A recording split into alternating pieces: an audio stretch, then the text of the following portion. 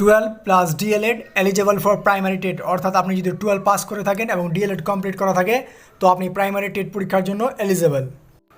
Twelve plus DElEd slash BEd plus graduation 50% mark exception with caste certificate eligible for upper primary TET, অর্থাৎ আপনি যদি twelve plus DElEd আর BEd এই দুটো কোর্সের মধ্যে একটা কোর্স যদি আপনি করে থাকেন তার সাথে সাথে গ্র্যাজুয়েশনে 50% মার্ক কিংবা কাস্ট সার্টিফিকেট যদি থেকে থাকে 45% নাম্বার অবধি, তো আপনি আপার প্রাইমারি টেট পরীক্ষার জন্য eligible. Graduation 50% mark exception with caste certificate plus BEd eligible for secondary level SLST অর্থাৎ state level selection test exam. আপনার যদি গ্র্যাজুয়েশনে 50% মার্ক থাকে তার সাথে সাথে বিএড করা থাকে তো আপনি নবম দশম শ্রেণী অর্থাৎ 9-10 সেকেন্ডারি লেভেল এক্সামটির ক্ষেত্রে আপনি eligible. 12 plus graduation 50% mark exception with caste certificate BEd plus MA/MSc they are eligible for secondary and high secondary state level selection test exam and also upper primary exam. অর্থাৎ আপনার যদি গ্র্যাজুয়েশনে 50% mark থাকে তার সাথে সাথে MA কিংবা MSc করা থাকে তো আপনি সেকেন্ডারি হাই সেকেন্ডারি তাছাড়া আপার প্রাইমারি টেট পরীক্ষার জন্য এলিজেবল। কিন্তু বিএডরা প্রাইমারি টেট পরীক্ষায় বসতে পারবে কি বসতে পারবে না সেটা এখনও অফিসিয়ালিভাবে বলা নেই ওয়েস্ট বেঙ্গল গভর্নমেন্টের ক্ষেত্রে। West Bengal school service commission নবম দশম ও একাদশ দ্বাদশ শ্রেণীর নতুন নিয়ম করেছে। সেই নিয়ম অনুযায়ী সিলেবাসটির ভিতরে কী কী আছে সেটা ডিটেলস বেসে জানার আগে প্রথমত প্রিলিমিনারি এবং সাবজেক্ট টেস্ট অর্থাৎ মেন পেপারটি কীভাবে কন্ডাক্ট করা হবে সেটা আমরা এখন শর্টলিভাবে জেনে নিই, তারপর সিলেবাসটির ডিটেলস বেসে আমরা ডিসকাশন করব। প্রথমত আপনাকে প্রিলিমিনারি টেস্ট পরীক্ষাটি দিতে হবে, যেটা হবে 100 মার্কের MCQর আকারে। আগে যেরকম বলা হয়েছিল যে প্রিলিমিনারি টেস্ট পরীক্ষাটি 150 মার্কের হবে, সেটা এখন 150 মার্কের না হয়ে 100 মার্কের হবে MCQর আকারে। মেইন টেস্ট অর্থাৎ সাবজেক্ট পেপার যে সাবজেক্টে গ্র্যাজুয়েশন করছেন সেই সাবজেক্টে এখন ডিটেলস বেসে পরীক্ষাটি না হয়ে 100 মার্কের MCQ আকারে পরীক্ষা হবে, অর্থাৎ মেইন টেস্টটিও এখন MCQ আকারের হবে। ইন্টারভিউতে আগে কোনো মার্ক ছিল না, কিন্তু বর্তমানে ইন্টারভিউতে মার্ক থাকবে, কিন্তু কতটা থাকবে সেটা এখনও বলা হয়নি, বিজ্ঞপ্তি যদি বেরোয় তবেই জানানো যাবে। তো সিলেবাসটির ভিতরে কী কী আছে সেটা এখন আমরা ডিসকাশন করবো ডিটেলস বেসে। Preliminary test or PT full mark হচ্ছে 100 মার্ক, অর্থাৎ প্রিলিমিনারি টেস্ট পরীক্ষাটি 100 মার্কের হবে। সেখানে আপনাদের থাকবে জেনারেল নলেজ, অ্যারিথমেটিক এবং ইংলিশ কম্পোজিশন। কিন্তু জেনারেল নলেজে কত থাকবে সেটা মার্ক এখন অফিসিয়ালিভাবে বলা হয়নি, কিন্তু জেনারেল নলেজে আপনাদের যে সাবজেক্ট পড়তে হবে সেটা এখন আমরা দেখে নেব। জেনারেল নলেজের মধ্যে আপনাদের পড়তে হবে history, geography, polity, economics and general science. History, geography, polity, economics অর্থাৎ প্রতিটা সাবজেক্টের সাবজেক্ট বেসিসে কী কী সিলেবাস আছে সেটা আমরা এই ভিডিওটির মাধ্যমে দেখে নেব। জেনারেল নলেজ সাবজেক্টটির পর আপনাদের থাকছে পাটিগণিত আর পরিমিতি। পাটিগণিত পাঠটির মধ্যে আপনাদের প্র্যাকটিস করতে হবে অনুপাত, সমানুপাত, অংশীদারি কারবার, চক্রবৃদ্ধি সুদ, গড়, সরল সুদ, লাভ ক্ষতি, মিশ্রণ, সময় কার্য, নল ও চৌবাচ্চা। এছাড়া পরিমিতি পাঠটির মধ্যে আপনাদের প্র্যাকটিস করতে হবে ত্রিভুজ, চতুর্ভুজ, বৃত্ত, সমকোণী চৌপল ও গোলক। এটা হচ্ছে আপনাদের ম্যাথের কোশ্চেন। তো ম্যাথের কোশ্চেনটির জন্য আপনাদের এই টপিকগুলি প্র্যাকটিস করতে হবে, এটা সিলেবাসের মধ্যে আছে। ইংলিশ অর্থাৎ ইংরেজি সাবজেক্টটিতে আপনাদের সিলেবাসের মধ্যে কী কী আছে এবং কী কী পড়তে হবে সেটা এখন দেখে নিই।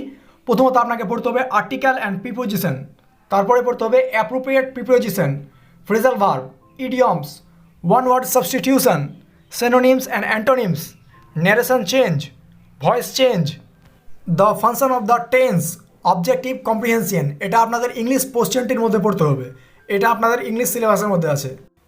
হিস্ট্রি অর্থাৎ ইতিহাস পোশ্চেনটির মধ্যে আপনাদের পড়তে হবে বৈদিক সভ্যতা, হরপ্পা সভ্যতা, মৌর্য ও মৌর্য পরবর্তী যুগ, গুপ্ত সাম্রাজ্য ও গুপ্ত পরবর্তী যুগ, প্রতিবাদী ধর্মীয় আন্দোলন।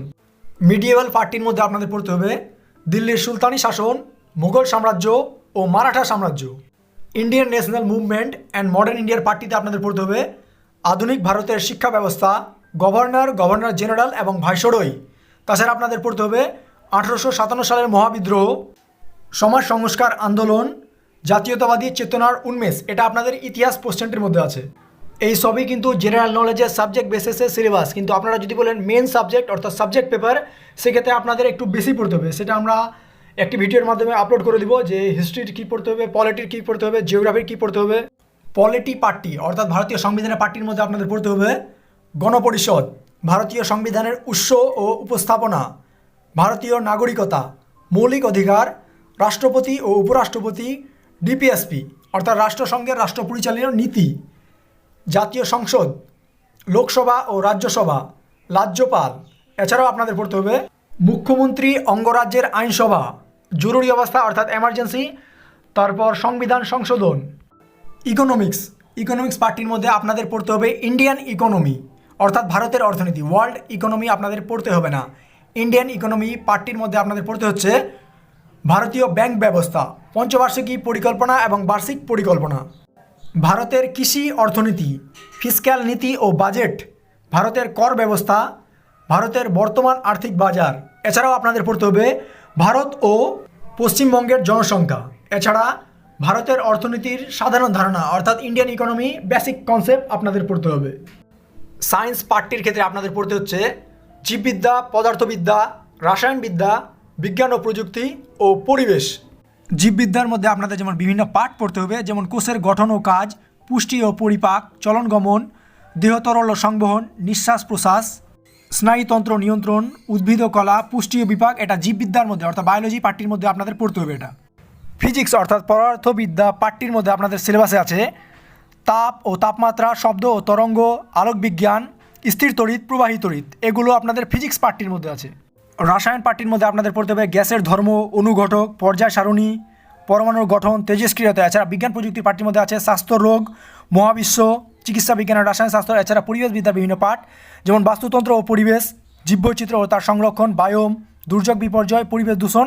এটা পরিবেশ পার্টটি ইনক্লুডিং করা থাকবে বিজ্ঞানের ক্ষেত্রে। West Bengal school service commission SLST or state level selection test. আগে যেরকম বলা হয়েছিল যে প্রথমে প্রিলিমিনারি টেস্ট পরীক্ষা হবে, তারপর কম্পালসারি পেপার, তারপর মেন পেপার, কিন্তু এখন প্রিলিমিনারি টেস্ট পরীক্ষাটি হবে 100 মার্কের, তারপরে হবে মেন টেস্টটিও হবে 100 মার্কের। সেটা এখন ডিটেলস বেসে হবে না। তারপরে আপনাদের যেমন আগে বলা হয়েছিল যে ইন্টারভিউ থাকবে না, কিন্তু বর্তমানে আপনাদের ইন্টারভিউ থাকবে, কিন্তু ইন্টারভিউতে একাডেমিক মার্ক থাকবে কি থাকবে না সেটা এখনও অফিসিয়ালিভাবে বলা হয়নি। এজ লিমিট অর্থাৎ বয়সসীমা বলা হয়েছে 20 বছর থেকে 40 বছর। এছাড়াও বলা হয়েছে 5 years upper age relaxation is given to SC, ST and OBC category candidate. অর্থাৎ কারো যদি কাস্ট সার্টিফিকেট থেকে থাকে তাহলে সে বয়সসীমার ক্ষেত্রে 5 বছর অবধি ছাড় পেতে পারে, অর্থাৎ 45 বছর অবধি সে SLST, যেটার নাম হচ্ছে এখন স্টেট লেভেল সিলেকশন টেস্ট, সেই পরীক্ষাটি দিতে পারবে। পোস্ট নেম, আপনারা যে পোস্টটিতে নিয়োগ হয়ে থাকবেন সেটির নাম হয়ে থাকবে অ্যাসিস্ট্যান্ট টিচার। স্ট্যান্ডার্ড হবে secondary and high secondary. Job location বলা হয়েছে gov aided school of West Bengal, অর্থাৎ পশ্চিমবঙ্গ সরকার স্বীকৃত সেকেন্ডারি এবং হাই সেকেন্ডারি স্কুলগুলিতে আপনাদের নিয়োগ করা হবে। 10 থেকে 12 দিনের মধ্যে স্কুল শিক্ষা দপ্তর চূড়ান্ত অনুমোদন পাঠাবে, অর্থাৎ সিলেবাসটিতে মার্ক ডিভিশনটা কোনটাতে কত থাকবে সেটা 10 থেকে 12 দিনের মধ্যে জানিয়ে দেওয়া হবে। যে জেনারেল সায়েন্সে কত থাকবে, ম্যাথামেটিক্সে কত থাকবে, ইংলিশ কম্পোজিশনে কত থাকবে, সেটা 10 থেকে 12 দিনের মধ্যে জানিয়ে দেবে শিক্ষা কমিশন। তাছাড়া মাধ্যমিক এবং উচ্চ মাধ্যমিক স্তরে কতগুলো শিক্ষক নিয়োগ করবে তা চূড়ান্ত করে ফেলেছে শিক্ষা দপ্তর। তো প্রায় 20,000-এরও বেশি সিট রয়েছে, সেটা এখনও বাড়তে পারে, যে সিট সংখ্যা বাড়তে পারে, সিট সংখ্যা যদি বাড়ানো হয় তবে সেটা আপডেট দিয়ে দেওয়া হবে। ফিজিক্যাল এডুকেশনের ক্ষেত্রে প্রচুর পরিমাণে ভ্যাকেন্সি রয়েছে। তাছাড়া কর্মশিক্ষার ক্ষেত্রে আপনাদের সিট থাকবে 750টি, সেটা এখন ডিক্লেয়ার করে দেওয়া হয়েছে, এবং শারীরিক শিক্ষার ক্ষেত্রে সিট থাকবে 850টি। তো পরবর্তী আপডেটের জন্য আমাদের চ্যানেলটি অবশ্যই সাবস্ক্রাইব করে রাখবেন। তাছাড়া প্রতিটা সাবজেক্ট যেমন হিস্ট্রি, জিওগ্রাফি, পলিটি, ইকোনমিক্স, কোনটা সাবজেক্টের কোন চ্যাপ্টারে বেশি ওয়েটেজ, অর্থাৎ কোন চ্যাপ্টার থেকে বেশি প্রশ্ন আসবে সেটা আমি আপনাদের বলে দেবো। তো আপনারা কে কোন অনার্স করেছেন এবং কোন সাবজেক্টে বিএড করেছেন সেটা আমাকে মেসেজে অর্থাৎ কমেন্টে নক করবেন, আমি সেই অনুযায়ী ভিডিও আপলোড করে দেবো।